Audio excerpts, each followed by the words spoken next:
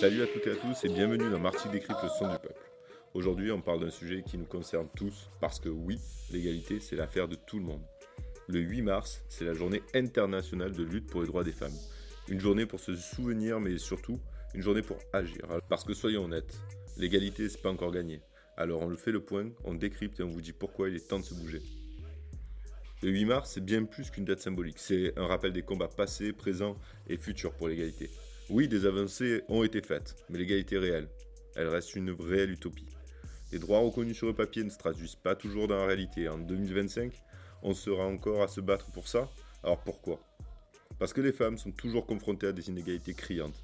Leur salaire d'abord, 25% de moins que celui des hommes. Leur retraite, 40% de moins. Ce n'est pas tout.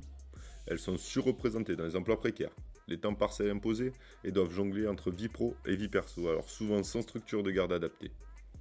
Résultat, elles sacrifient leur carrière, leur santé et parfois même leur vie. Premières employées et usagères des services publics, les femmes compensent les carences de l'État. Elles s'occupent des enfants, des personnes âgées, des personnes en situation de handicap. Et pendant ce temps, les politiques libérales détruisent les services publics, aggravent leur situation. Familles monoparentales ? À plus de 80%, ce sont des femmes qui les portent. Et près de la moitié de ces familles vivent sous le seuil de pauvreté. Stigmatisées et précarisées, elles luttent au quotidien. Et niveau santé, les femmes, leurs pathologies sont souvent minimisées, considérées comme psychologiques ou simplement inhérentes à leurs conditions.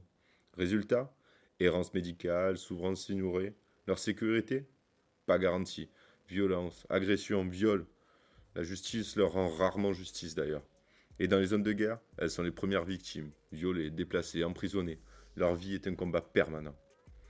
Pourtant, les femmes ont toujours été là. Dans l'histoire, elles ont marqué la culture, la science, l'art. Mais leur contribution est souvent effacée par la mémoire collective. Il est temps de leur rendre la place qu'elles méritent. Parce que sans elles, pas de société, pas de progrès, pas d'avenir. Alors on fait quoi ?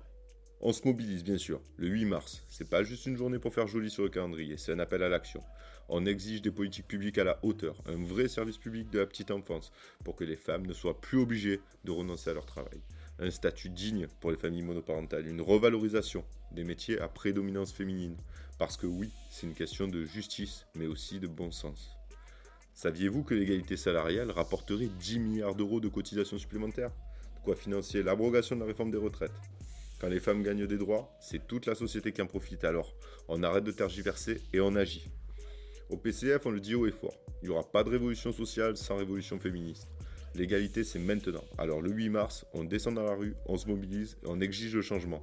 Parce que les droits des femmes, c'est l'affaire de toutes et de tous. Et parce qu'ensemble, on peut construire une société plus juste et égalitaire. Alors, rendez-vous samedi 8 mars. Sur les initiatives de la ville, des associations et celles du parti devant le Pont Bleu à 14h30 pour renommer ces ouvrages. Allez, on vous y attend. Ciao.